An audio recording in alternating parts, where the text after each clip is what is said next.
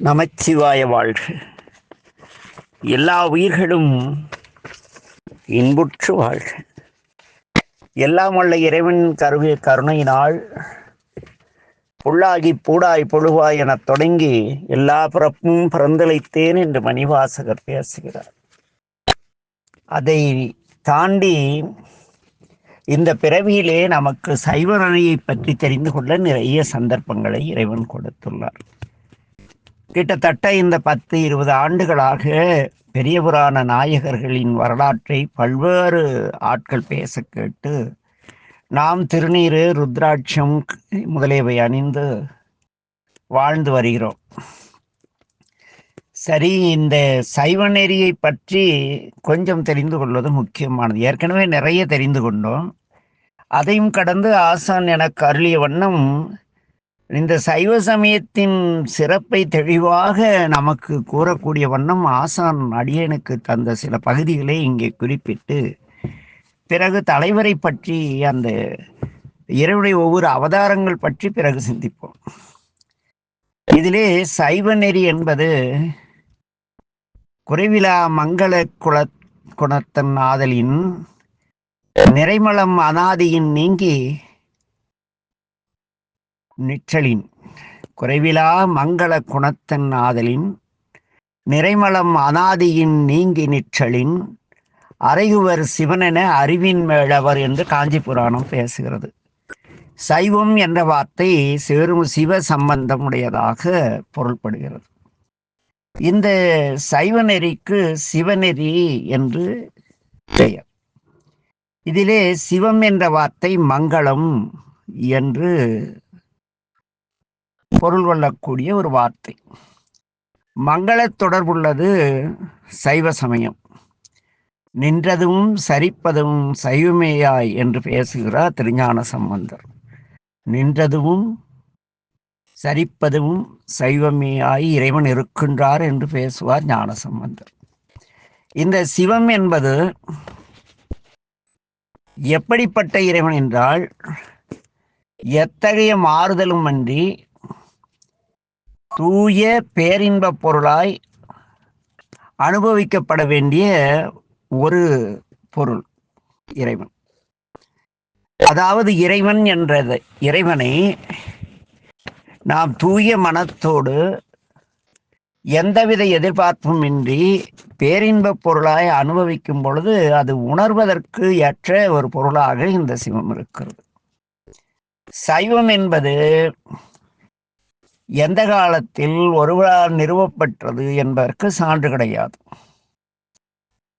ஆக இதனுடைய அடிப்படை என்று பார்த்தோமானால் இது ஒரு ஞான நெறி. இதை சிவபெருமான் தாருகவன முனிவர்களுக்கு முதலில் அருளியதாக நம்முடைய திருமுறைகள் கூறுகின்றன. ஓராள் நீழல் ஒன்கடல் இரண்டும் முப்பொழுது ஏத்திய நால்வர்க்கு ஒளிநெறி காட்டினை என்பது ஞானசம்பந்த பெருமானுடைய தேவாரம். ஒரு ஆலமரத்தின் கீழ் இறைவன் ஒன்கடல் இரண்டும் அவருடைய திருவடிகளை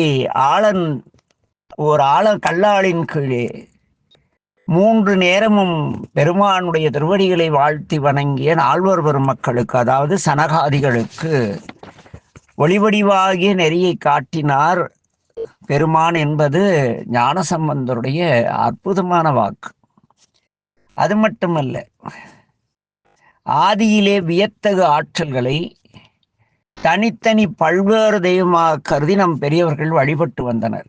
இறைவனுடைய கோப ஆற்றல் காளி, இறைவனுடைய இன்ப ஆற்றல் பார்வதி, இறைவனுடைய அந்த கால சம்ஹாரமூர்த்தி கோரைப்பல், அப்படியெல்லாம் இப்படி இறைவனுடைய ஒவ்வொரு மின்னல் அதற்கு ஒரு தோற்றம் ஒளி வடிவமான அப்படியெல்லாம் பல்வேறு தெய்வமாக கருதி இறைவனை நம் பெரியவர்கள் வழிபட்டனர். அதன் பின்னர் எல்லாவற்றையும் இணைத்து இந்த வழிபாட்டிலே எல்லா இடங்களிலும் செம்பொருளாக தீபாராதனை என்னும் ஜோதி வழிபாடு நடைபெறுவதால் இதை முழுமுதற் கடவுளாக கொண்டு இந்த முழுமுதற் கடவுளை ஏகம் எனவும் சத் எனவும் குறிப்பிட்டார்கள். சத் என்றால் உள்ளது, அதாவது எங்கும் உள்ளது என்று அதற்கு பொருள். ஆக இந்த சிவபெருமான் ஒருவன் மட்டுமே இந்த உலகில் தனிப்பெரும் தலைவனாக பல்வேறு திருநாமங்களில் பேர் 1000 பரவி வானோர் ஏத்தும் பெருமானாக இருக்கின்றார். இதனை நம்முடைய மணிவாச பெருமான் எவ்வாறு பேசுகிறார் சொல்லுங்க பார்க்கலாம். கொஞ்சம் அப்படி இருக்கா? அப்படிதான் இருக்கும். அப்படின்னா என்னடா சொக்கரையா வேற மாதிரி பேசுறாரு. நேற்று அந்த முன்னேற்பதிலே ஒருத்தர் கேட்டார், என்னங்கய்யா நீங்க வேற மாதிரி பேசுறீங்க, அதனால கொஞ்சம் எளிமையா பேசுவோம். சிவருமானை மணிவாசர் என்னங்கிறாரு? ஒருவன் என்னும் ஒருவன் காண்க என்று பேசுகிறார். ஆக ஒரு பரம்பொருள் இந்த உலகிற்கு இருக்கின்றது என்றால் அது அந்த ஒருவனாகிய சிவம் என்று அதற்கு பொருள். இந்த சைவ சமயம் கடந்த காலங்களிலே சமயம் என்று வழங்கப்பட்டதற்கான சான்று கிடையாது. இதற்கு நன்னெறி, மெய்நெறி, முன்னெறி, சிவமா நெறி என்று இதனுடைய பெயர்கள் நெறி என்ற வார்த்தை கொண்டே வழங்கப்பட்டு வந்தது. அதனால்தான் நம்முடைய மணிவாசக பெருந்தகை கூட இங்கு சமயம் என்பதை பேசவில்லை. சமயவாதிகள் தத்தம் மதங்களே அமைவதாக அரற்றி மலைந்தனர் என்றார்.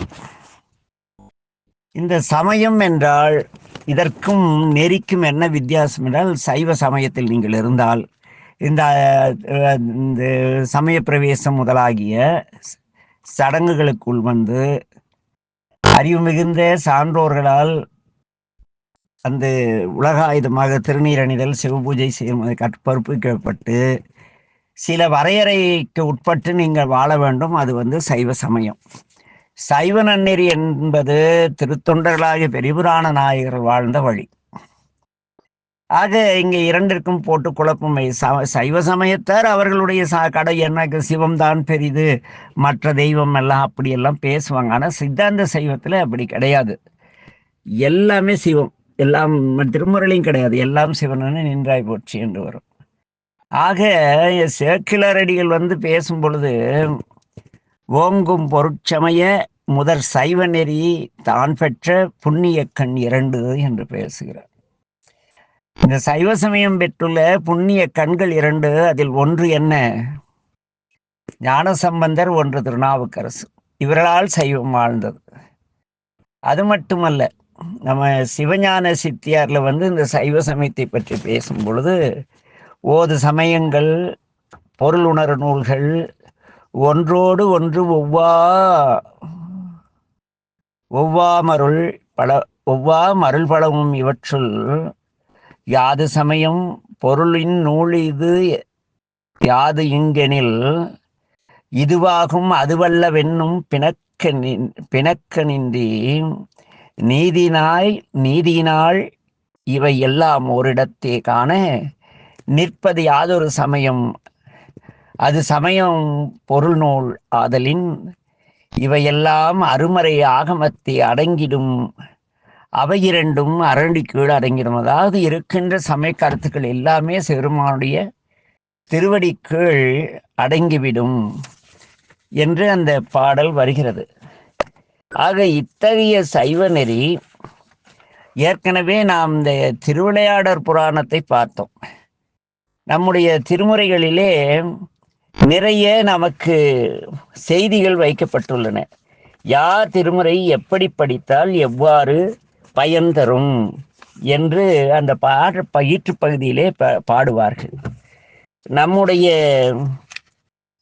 வாழ்க்கையிலே நம்ம இந்த தோடுடைய செவியன் என்று ஒரு பாடல், எல்லாருக்கும் தெரிந்த பாடல் தானே. என்ன பாடுறாரு? தோடுடைய செவியன் விடையோ ஏறிவோர் தூவெண்மதி சூடி காடுடைய சுடலை பொடி பூசி என் உள்ளம் கவர்கள்வன் என்று பேசுகிறார். அது என்ன தோடுடைய செவியன்? அது எல்லாருக்கும் தெரிந்தது. அம்பிகை தோடு அணிந்திருக்கிறார். அதெல்லாம் நமக்கு தெளிவாக தெரிந்த செய்திகள். இந்த தெளிவான செய்திகளிலே சில ரகசியங்கள் இருக்கின்றன. அது என்ன? காடுடைய சுடலை. அதற்கு பொருள் தெரியணும் இல்லையா நமக்கு? அதே போல இன்னொன்று உண்டு. அது என்னவெனில், அந்த ஞானசம்பந்தருடைய கோளறுபதியத்திலே அந்த எல்லா இடத்துலையும் என்ன சொல்லுவார்னா, மிக அழகா சொல்லுவார். ஆசரு நல்ல நல்ல வேயுறு தோழி பங்கன் விடமுண்ட கண்டன் மிக நல்ல வீணை தடவி மாசரு திங்கள் கங்கை முடிமேல் அணிந்தின் உளமே புகுந்த அதனால் ஞாயிறு திங்கள் செவ்வாய் புதன் வியாழன் வெள்ளி சனி பாம்பிரண்டும் உடனே ஆசரு நல்ல நல்ல அவை நல்ல நல்ல அடியார் அவர்க்கு மிகவே என்று பேசுவார். அது என்ன ஆசரு நல்ல நல்ல அவை? இந்த 9 கிரகங்களும் இருக்கின்றனவே, இவையெல்லாம் குற்றமற்றவை. தயவுதாட்சின்மை பார்க்காமல் எல்லோரையும் காப்பாற்றும், எல்லோரையும் அடிக்கும். ஒவ்வொரு கிரகத்திற்கும் ஒவ்வொரு தன்மை உண்டு. உங்கள் வாழ்வியலிலே நீங்கள் அறவழியற்ற வரியிலே பொருளீட்டினால் உங்கள் பிள்ளைகளுக்கு திருமணம் ஆகாது. செவ்வாய் தோஷம், அப்புறம் ராகு தோஷம், அதையெல்லாம் கொடுத்து சாமி என்ன பண்ணிடுவார்? ஒரு மக்கட்பேரை கொடுத்துருவார். இந்த மக்கட்பேரினால் நீங்கள் என்ன செய்வீர்கள்? எந்த பிள்ளைகளுக்காக லஞ்சம் வாங்கி இல்லீகலாக அறவழி இல்லாத பொருள் ஈட்டினீர்களோ அந்த பிள்ளைகளால் உங்களுக்கு பெரும் துன்பம் வரும். ஆக அவை அதே அறவழியில் வாழ்ந்தவர்களுக்கும் துன்பம் வரும். பெரிய நிலையில் ஒழுக்கமிக்க வாழ்பவர்களுக்கும் துன்பம் வரும்.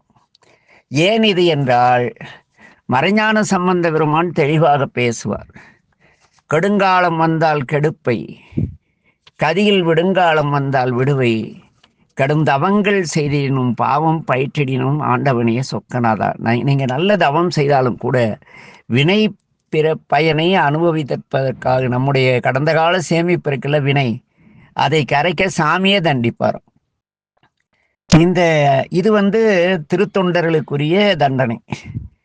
கடைசி இப்படி அடிப்பார். இதை உணர்ந்த ஞான சம்பந்தடிகள் என்னாம்பாரு, இவை நல்ல நல்ல அடியார் அவர்க்கு மிக வேம்பார். ஆசர் நல்ல நல்ல அவை நல்ல நல்ல அடியார் அவர்க்கு மிக. அது என்ன நல்ல நல்ல? நல்லவர் கெட்டவர் 2 பேரும் நல்லவர் அப்படி சொன்னா அவங்களுக்கு நல்லது செய்யும். இது போல வரும். அதுபோல நமக்கு கோயில் சுடுகாடு கொள்புளித்தோள் நல்லாடை இல்ல படிக்கிறோம் இல்ல, அது என்ன சுடுகாடு? நம்மால் சொல்லுவான், சுடுகாட்டுல சிவபெருமான் இருக்கின்றார். எந்த சுடுகாட்டுலப்பா 24 மணி நேரம் புனம் எரிஞ்சிட்டு இருக்கு? எப்போதும் ஒரே மாதிரியான சூட்டுடன் இருக்கிற இடத்துக்கு சுடுகாடுன்னு பேரு. சூட்டோட இருந்தா தானே சுடுற காடு. சுடுகாடுன்னா இப்போ நம்ம உடம்பு எரிக்கிற காடு கிடையாது, என்ன சூடா இருக்கிற காடு. என்ன அந்த காடு என்றால் அது நம் உடல். என்ன ஒரே மாதிரியான சூட்டுடன் இருக்கிறதுனால அதுக்கு சுடுகாடுன்னு பேரு. நம் உடம்புக்கு ஒவ்வொரு வினாடியும் நூற்றுக்கணக்கான அணுக்கள் எரிக்கப்பட்டு அப்படியே வெளியேற்றப்பட்டு கொண்டிருக்கின்றன. ஆகவே நமது உடலுக்கு சுடுகாடுன்னு பேரு. என்ன உயிரற்ற உடலை சுடும் இடத்திற்கு எவ்வாறு சுடுகாடு என்று பெயரோ அதுபோல நமது கூட்டிற்குள் ஒவ்வொரு வினாடியும் என்ன நம்முடைய உடம்புக்கு சுடுகாட்டுக்கு இயற்கையில சூடு கிடையாது. ஏதாவது கொண்டு போட்டு எரிச்சாதாங்க சூடு ஆகும். ஆனா நம் உடலில் எப்போதுமே என்ன செய்யுது? இயற்கையாக 98.4 டிகிரி வெப்பம் இருந்துகிட்டே இருக்கு. தெர்மாமீட்டர் வச்சு பாருங்க, தெரியும் இல்லையா? அதனால இந்த உடல் தான் சுடுகாடு. இதில் சிவபெருமான் என்ன பண்றாரு? நம்முடைய இதயத்திலே நடனமாடி கொண்டிருக்கின்றார், இதயத்திலே தங்கி இருக்கின்றார். ஆகவே கோயில் சுடுகாடு அப்படி வந்துச்சு. கொள்புளித்தோள் நல்லாடை. அது என்ன கொள்புளித்தோள் நல்லாடை? தாயுமிழி தந்தையிழி தான் தனியன் என்னேடின்னு மணிவாசர் கேட்கிறார்ல. கோயில் சுடுகாடு கொள்புளித்தோள் நல்லாடை, தாயுமிழி தந்தையிழி தான் தனியன் ஆனதென்னே அப்படின்னு அந்த புத்த பிட்சு கேட்க அதுக்கு விடை சொல்வதாக இந்த பாடல் அமையும். இதிலே ஜீவராசிகளாகிய உடலாகிய சூடு தணியாமல் இருக்கின்ற இந்த காட்டை இறைவன் ஆடரங்காக வைத்துள்ளார், ஏன் அப்படி கேட்பாங்க. ஆக இறைவன் ஆட தேர்ந்த இடம் சுடுகாடு. சதா 24 மணி நேரமும் சூடாக இருக்கின்ற அணுக்கள் இறந்து கொண்டிருக்கின்ற நம்முடைய உடல். இவர் ஏன் இந்த சுடுகாட்டில் ஆட வேண்டும்? அவர் நமக்குள் ஆடி 4 மிதி மிதிச்சு ஆனந்தப்படுத்தி அப்பப்ப சந்தோஷப்படுத்தி அப்பப்ப துன்பம் கொடுத்து இன்பம் கொடுத்து வரக்குள்ள நம்ம பக்குவப்படுவோம். நம் சார்ந்த நேற்றிருந்த முகம் என்று கிடையாது, போன வாரம் இருந்த உயரம் என்று கிடையாது. இப்படி உருவம் மாறி மாறி தினந்தோறும் நம் உடல் செத்து வேறு உருமாற்றம் அடைந்து கொண்டே குழந்தையாக இருந்த நம் முகம் என்று கிடையாது. இப்படி சதா ஒவ்வொரு வினாடியும் உருவம் அழிந்து கொண்டிருப்பதால் நம்முடைய உடலுக்கு சுடுகாடுன்னு பேரு. இங்கே உள்ளிருந்து நம்மை அருளிக்கார் இமைப்பொழுதும் என் நெஞ்சில் நீங்காமல் என்னுள் இருந்து அவர் இயங்குகிறார் என்பதற்கான விடை. அப்படிதான் அந்த பொண்ணு அந்த ஊமை பெண் சொல்லுது. ஆக இந்த உடம்பு ஒவ்வொரு வினாடியும், நீங்க நேற்று கண்ணாடி ஒரு வாரத்துக்கு முன்ன கண்ணாடியில பார்த்துட்டு பாருங்க, ஒரு காய்ச்சல் வந்த பிறகு பார்த்து பாருங்க, என் முகமாட்டமே இல்லையே, வேறு முகமாட்டம் இருக்கு. அப்ப அந்த முகம் செத்து போச்சா? அதனால கோயில் சுடுகாடுன்னு உடம்ப சொன்னாங்க. கொள்புளி தோல் நல்ல ஆடை. புலி இறந்த பிறகு அதன் தோல் நல்ல உடையாக ஆகிவிடுகிறது எம்பெருமானுக்கு. அந்த புலியின் குணம் என்ன? குரோதம். என்ன? கோபத்தை விட குரோதம் கொடுமையானது. உட்பகை மாதிரி உள்ளே இருந்து கொல்லும். பசி எடுத்தா புலி எதை வேணுமானாலும் அடிக்கும். அதே நேரத்துல மனிதனுக்கு கொஞ்சம் உட்பகை வந்துருச்சுன்னா எப்படிப்பானே தெரியாது. அந்த குரோதம் என்கின்ற குணத்தை தூய்மையாக்கி சிவருமான தோள் மீது அமர்ந்திருக்க அந்த தோளை அணிந்திருக்கிறார் அல்லது ஆசனமாக பயன்படுத்துகிறார். நான் என்ற அகம்பாவம், நான் யார் தெரியுமான்னு உருமுவாங்க தெரியுமா சில ஆட்கள். அந்த உருமும் அந்த குரோதமாகிய புலியை கொன்று விட்டால் நம் உடல் அவருக்கு ஏற்ற ஆடையாக மாறிவிடும். இப்படி இறைவனை பற்றி நிறைய மறைபொருள்கள் இருக்கின்றன. என்ன? மாப்பிள்ளையாக ஊர்வலம் வரும் சுந்தரரை அந்த கிழவர் என்ன பண்றாரு? ஏய் நில்லு, நீ என் அடிமை, என்ன அனுமதி இல்லாம நீ எப்படா கல்யாணம் பண்ணிக்கலாம் அப்படிங்கிறார். உடனே இவர் நீ என்ன பித்தனா அப்படிங்கிறார். என்ன? உடனே சிவருமான் என்பதை அறிந்து, ஐயா உங்களை பித்தன்னு திட்டேன், உங்களை எப்படி சாமி பாடுவேன்னு கேட்கும் பொழுது அவருக்கு ஒரு அடி எடுத்து கொடுக்கிறார் பெருமான். பித்தா பிறை சூடின்னு பாடு. அப்படி அவர் பித்தா பிறை சூடி பெருமானே அருளாளா என்று பாடுகிறார். இதில் வேடிக்கை என்றால் பித்தன் பைத்தியக்காரன் என்ன பண்ணுவான்? காலில் போட்டு மிதித்த பொருளை தலையில் தூக்கி வச்சுக்கிட்டு ஆடுவான் இல்லையா? அப்படித்தானே நடந்தது. அதுபோல இந்த தட்ச யாகத்தில் கலந்து கொண்ட தேவர்களை எல்லாம் இறைவன் தண்டிக்கிறார் வீரபத்திரரை விட்டு. சந்திரனை தன் காலில் வச்சு தேய்க்கிறார். பிறகு அதை எடுத்து தலையில தூக்கி வச்சுக்கிறார். இந்த ஆளே உதைப்பாரு, தேய்ப்பாரு, தூக்கி தலையில வச்சுப்பார். இந்த செய்கை பைத்தியகாரத்தனமானது. என்னுடைய அவிர்வாகம் கொடுக்காத அந்த தட்சனுடைய வேள்வியில் கலந்து கொண்டாயான்னு போட்டு சந்திரனை போட்டு ஒரு மிதி மிதிக்கிறாரு. அப்புறம் தூக்கி தலையில வச்சுக்கிறார். இது பைத்தியகாரத்தனம் இல்லையா? அதனால நாம் எந்த பிழைகள் செய்தாலும் 4 சாத்து சாத்திட்டு அருள் செய்வார். சும்மாலாம் அருள் செய்ய மாட்டார். அவரு தன் சகலையும் போட்டு என்ன பண்ணாரு? சகலதான சந்திரன் தாட்சியாயனுடைய தங்கைகளை மணந்தவன் தானே, அவனே மிதிச்சுட்டு தலையில தூக்கி வச்சுட்டு நம்மளை மட்டும் விடுவாரா என்ன? ஆக இவருக்கு பித்தன் என்று ஒரு பெயர் உண்டு. இப்படி இறைவனுடைய ஒவ்வொரு பெயருக்கும் ஒரு அற்புதமான செயல்கள் இருக்கின்றன. என்ன? ஆத்திசூடி என்று பெருமானுக்கு ஒரு பெயர் உண்டு.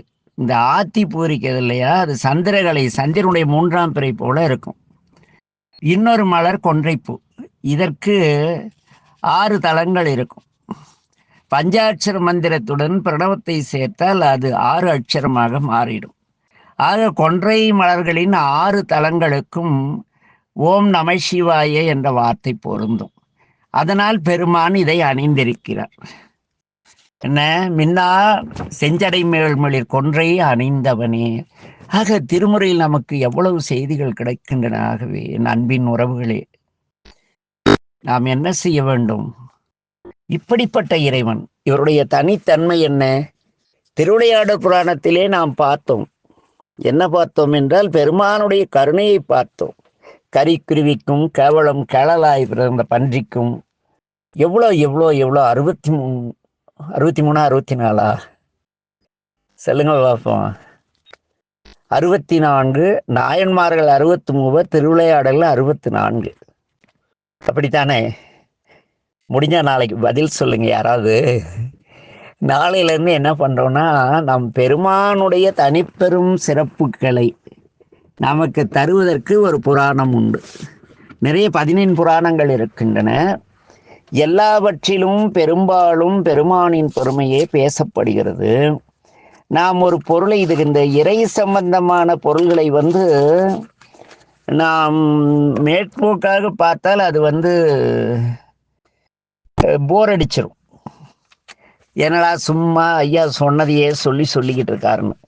அதனால நம்ம என்ன செய்வோம்னா, இந்த சிவருமான் இருக்கிறார் அல்லவா, இவர் ரொம்ப அற்புதமான செயல்கள் செய்யக்கூடியவர். என்ன அதனால அதுபோல நம்முடைய நாரதற்கு ஒரு சந்தேகம் வந்துருச்சு. மனக்கலக்கம் அடைந்து இறைவிடம் அருளாசி பெற்று ஞானம் பெற்ற சனத்குமாரரை அணுகி, நாமெல்லாம் தேடுகிறோமே அமைதி, இந்த அமைதியை நாங்கள் வாழ்க்கையில் நான் அடைவதற்கு வழி என்ன என்று கேட்கிறார். அதற்கு சனத்குமாரர் என்ன சொல்கிறார்? இருளின் எல்லையை, அதாவது இருள் கடந்த நிலையை சுட்டி காட்டி, அந்த எல்லைதான் என்ன, இறைவன் இருக்கும் இடம். அந்த இறைவனை நீர் அடைந்தால் உனக்கு மன அமைதி கிடைக்கும் என்று பேசுகிறார். என்ன, இந்த ஒளிவடிவான திருமேனிக்கு ஸ்கந்தர்னு பேர். கந்தர்ல ஸ்கந்தர். ஸ்கந்தர் என்பதற்கு ஒளி பொருந்தியவர் என்று பெயர். என்ன, ஸ்கந்தம் என்றால் தோள் என்று பொருள் கொண்டு, வலிமை மிக்க தோள்களை உடையவருக்கு கந்த பெருமான் என்று பெயர். ஆக இந்த பெயரை இறைவனுக்கு தனிப்பெயர். இது பிறகு என்னாவது 5 முகங்களோடு 6வது முகமும் சேர்ந்து அருமுகச் சிவனாக முருகப்பெருமானாக அவதரித்ததாக வரலாறு. சரி, இந்த வரலாறு நமக்கு என்னங்கயா? முருகப்பெருமானை பற்றி நமக்கு என்ன போகுது அப்படின்னா, நம் பெருமானை பற்றி தெரிந்து கொள்ள வேண்டுமானால் இந்த கந்தபுராணத்தை நாம் தெரிந்து கொள்ள வேண்டும். ஏனெனில் இந்த கந்தபுராணம் ஆரம்பமே பெருமானை வைத்துதான் தொடங்குகிறது. அந்த அற்புதமான சிவருமானுடைய அருளை உணர வேண்டுமானால், அவருடைய 28 திருமேனிகளுக்கும் தக்க விளக்கம் தெரிய வேண்டுமானால் கந்தபுராணத்தை சற்று நோக்க வேண்டும். திருவருள் கூட்டுவித்தால் நாளை முதற்கொண்டு சைவ நன்னெறியிலே, இதுவும் சைவ நன்னெறி தான். ஏனெனில் சும்மா சப்ஜெக்டே பேசி அன்பர்கள் சிலர் சொன்னாங்க, என்னங்க சொன்னதையே திருப்பி சொல்றீங்க, சொக்கருக்கு என்னாச்சுன்னு கேட்குறாங்க. அதனால சொக்கர் நாளையிலேருந்து கதை சொல்லலான்னு இருக்கார். கேட்போமா? பகுதி 44 கதை கேட்போம். நமச்சிவாய வாழ்க. என்ன கதையா? சிவருமான் பற்றிய கதைதான். குழந்தைகளுக்கும் பயிற்றுவிக்க எளிதாக இருக்கும் அல்லவா? சைவத்தை புதிதாக இந்த செய்திகளை தெரிந்து, நான் 1ஆம் கிளாஸ் பிள்ளைங்க 6 புதுசாக முதல்ல தெரிஞ்சுக்கிறவங்க. ஆக நீங்கள்லாம் அந்த பதிவை கேட்கிற எல்லோரும் அப்படியே ஒரு 5 வயசு குழந்தைகளாக மாறி கேட்டு அருள் பெற மனதளவில். ஏன்னா அந்த குழந்தைகளுக்கு தெரிந்து கொள்வாரம் தண்டி வேறு எதுவுமே இருக்காது. அப்படி ஒரு முழு நிலைப்பாட்டோடு இந்த கதைகளை கேட்டால் இறையருள் பெறும் என்று கூறி பதிவை நிறைவு செய்கிறோம். சைவ நன்னெறி கற்போம் பகுதி 43 இது. இந்த சைவ நன்னெறியின் சம்பந்தமான கேள்வி பதில் சந்தேகங்கள் இருக்குமாயின் அன்பர்கள் நான் என்னுடைய எண்ணிற்கு தொடர்பு கொண்டு நேரடியாக கேட்கலாம். ஏனெனில் நான் எங்கு வருவேன் எங்கு போவேன் என்பதுதான் சாமியுடைய திருவருள். சந்திப்போமா? நாளை முதற்கொண்டு சைவ நன்னெறி கடந்து சைவத்தின் நாயகனை தெரிந்து கொள்வோம். நமச்சிவாய வாழ்க. எல்லா உயிர்களும் இன்புற்று வாழ்க. திருச்சிற்றம்பலம்.